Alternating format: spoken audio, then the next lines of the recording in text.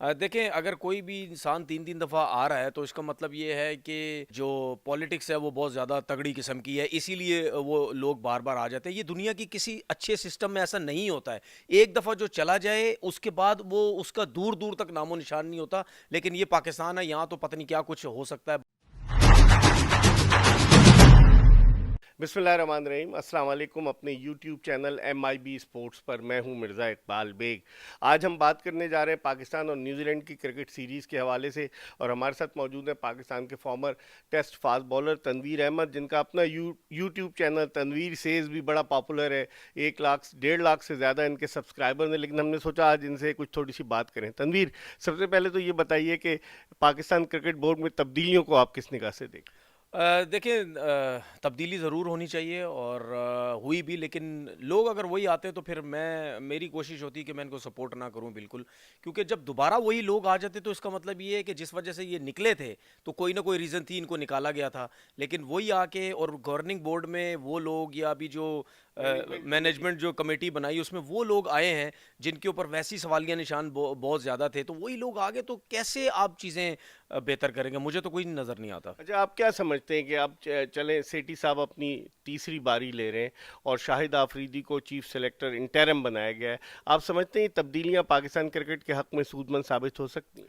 देखें, अगर कोई भी इंसान 3-3 दफ़ा आ रहा है तो इसका मतलब ये है कि जो पॉलिटिक्स है वो बहुत ज़्यादा तगड़ी किस्म की है, इसीलिए वो लोग बार-बार आ जाते हैं। ये दुनिया की किसी अच्छे सिस्टम में ऐसा नहीं होता है। एक दफ़ा जो चला जाए उसके बाद वो उसका दूर-दूर तक नामो-निशान नहीं होता। लेकिन ये पाकिस्तान है, यहाँ तो पता नहीं क्या कुछ हो सकता है। बाकी हमने शाहिद अफरीदी की बात की।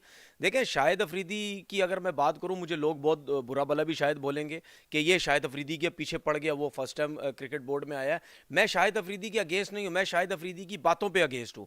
जब आप अपने चैनल्स पे बैठ के, टीवी चैनल बैठ के, हर जगह बैठ के आप ये जब बातें कर रहे हैं कि जी मैं नीचे लेवल पे काम करना चाहता हूँ, मैं ऊपर लेवल पे नहीं आना चाहता, तो अगर आप अबूरी सिलेक्शन कमेटी में भी आए तो क्यों आए आप? आपको नहीं आने की ज़रूरत है। आप क्यों मेरे जैसे बंदों के लिए आप सवाल उठा रहे हैं? मेरे जैसा बंदा तो यही बोलेगा ना कि भाई आप टीवी पे आके इसका मतलब बेवकूफ़ बनाते हैं। अब आपको सिलेक्शन की ऑफर हुई, बुरी सिलेक्शन बेशक हुई, अब आपने वो एक्सेप्ट कर ली क्योंकि आपका अब नाम तो लग गया कि मैं जी सिलेक्शन कमेटी में चीफ सिलेक्टर में बन चुका हूं। आगे चलेंगे आगे और इसी तरह सिस्टम चलता रहा तो कहीं ना कहीं फंस जाएंगे। तो बात यह है, इसीलिए मैं इन लोगों के अगेंस्ट हूं और उन लोगों के अगेंस्ट हूं जिन्होंने क्रिकेट को तबाह करके रख दिया। जिस तरह हारून रशीद की हम बात करते हैं कि ये बंदा 25-30 साल से क्रिकेट बोर्ड में रहा है, पूरे पाकिस्तान को पता है। ये मैं नहीं कहता, ये टीवी चैनल्स पे लोग बातें कर सकें, ये मेरी कोई अपनी बातें नहीं है। ठीक है कि इस बंदे ने पाकिस्तान क्रिकेट को तबाह कर दिया, इस बंदे ने डिपार्टमेंट बंद कराने में पूरा इस बंदे का रोल था। ठीक है, वो बंदा आ गया, वो बंदा इस वजह से आया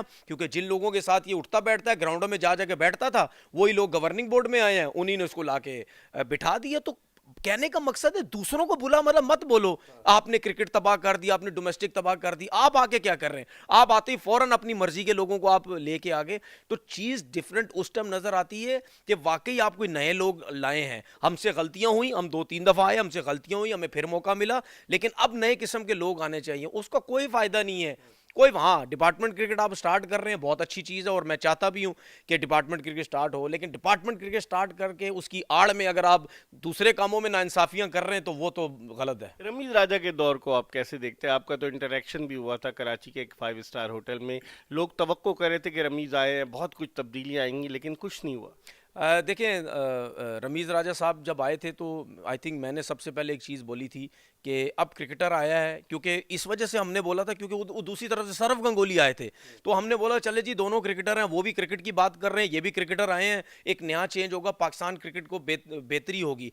लेकिन प्रॉब्लम सबसे बड़ा ये है कि जो हमारे क्रिकेटर्स हैं वो किसी भी पोस्ट पे आके बैठते हैं, वो आके क्रिकेट को तबाह करके चले जाते हैं। जेपीएल आई, क्या जेपीएल, कहाँ गई जेपीएल? आपने जेपीएल स्टार्ट की, अंडर 19 के बच्चों को आप खराब करके चले गए, वो सारे अब जेपीएल खेलने के चक्कर में अपनी उम्रें कम करवा। 1 अरब रुपए से ज्यादा। ठीक है, 1 करोड़ से ज्यादा उम्रें कम करवा रहे हैं। हमने जेपीएल खेलनी, उम्र कम कराओ, ये तो अच्छा चलो हो गया कि ये सिस्टम यहीं दफन हो गया, नहीं तो हर किसी को आदत पड़ जाती कि जेपीएल खेलनी, उम्रें कम करवाओ। उसके बाद 100 आप बचे। भाई कौन सी लेके आ रही हो, कौन सी सोच है कि उस सोच की कोई समझ ही नहीं है। ठीक है, आप जब आते हैं एज अ चेयरमैन, आप अपनी डोमेस्टिक को बेहतर करते हैं, आप उस उन चीज़ों में जो प्रॉब्लम्स है आप उसको, जिस तरह आपने पिचेस का काम किया, ठीक है, इन चीज़ों के ऊपर आओ, ठीक है। आप कौन सा काम किया? कोई ड्रॉप इन पिचेस तो नहीं आई? नहीं, कहने का मकसद ये है जो पिचेस पे उन्होंने मट्टी लगवाई, जो भी करवाया, लेकिन उसका फायदा नजर तो नहीं आया। लेकिन कम से कम चले, एक चीज समझ आई जी, आप इन पिचेस के ऊपर काम कर रहे हैं, आप ग्राउंड्स पे काम करें, स्क्रीन टेस्ट मैच चल रहा है, स्क्रीन पर्दे पे पर्दा लगे हुए हैं, ठीक है, इलेक्ट्रॉनिक वो स्कोरबोर्ड चल रहा है, आप क्या बोलते हैं वो हाथों से वो भाई ये चीजें बेहतर करने वाली, आप जब क्रिकेट खेलें, आपको जिन चीजों में प्रॉब्लम थी आप वो काम करें, वो आप लोगों ने किया नहीं। तनवीर, आखिरी सवाल। मोहम्मद वसीम चीफ सेलेक्टर थे, 2 साल उनका दौरा, दिसंबर 2020 से दिसंबर 2022 तक। क्या देखते हैं आप? 18 टेस्ट, 25 वनडे, 1000 रन भी नहीं थे उनके, ना टेस्ट में ना वनडे में, हालांकि 2 सेंचुरियां थी टेस्ट में। उनकी कारकर्दगी को मुख्तसरन देखें, प्रॉब्लम ये है कि जब जब इस किस्म के लोग आके बैठ जाएंगे, जिनको मैं यस मैन चीफ सेलेक्टर बोला करता था, तो फिर आपकी क्रिकेट ऐसी ही होनी है। मेरिट के लड़के, उस्मान सलाउद्दीन 9000 रन किए हुए, अभी भी न्यूजीलैंड के अगेंस्ट सेलेक्ट नहीं हुआ, उसको कामरान गुलाम को सिलेक्ट किया, ठीक है, बहुत अच्छा प्लेयर है, लेकिन उस्मान सलाउद्दीन से पहले नहीं था। मीर रमजा आपकी सिलेक्शन में नहीं आ रहा। आप ऐसे ऐसे लड़कों को डेब्यू करा रहे हो यार, जिनके 20-20 मैच नहीं है, उसके बाद मोहम्मद अब्बास, जो बोला जा रहा वो काम करो भाई। अगर आपकी मर्जी से नहीं काम हो रहा, छोड़ दो। लेकिन यही तो प्रॉब्लम है। अब ये पैसों के मामले में दिल बड़ा सिर्फ तनवीर अहमद का ही है, और किसी का दिल बड़ा नहीं है, ठीक है ना। जब आपको नोट नजर आते हैं ना, आप चुप करके कहते हैं मेरे पैसे नजर आ रहे हैं, मैं अपना काम करता हूं, जो मुझसे करवाना है करवाते रहो। और इसी चक्कर में ये मैं एक चीज बता दूं लोगों को, ये जो लोग मुझे भी एडवाइस देते हैं ना कि फ्लेक्सिबल रहो, दोनों तरफ अच्छा रखो, किसी से नाराज मत करो, ये बात याद रखना। जब आप फ्लेक्सिबल रहेंगे, आप अपने साथ भी नाइंसाफी कर रहे हैं और आप मुल्क के साथ भी नाइंसाफी कर रहे हैं। आपसे आइंदा भी तफसीली होगी। बहुत बहुत शुक्रिया। तनवीर अहमद ब्लंट अंदाज से अपनी राय का इजहार कर रहे थे। देखते रहिए MIB स्पोर्ट्स।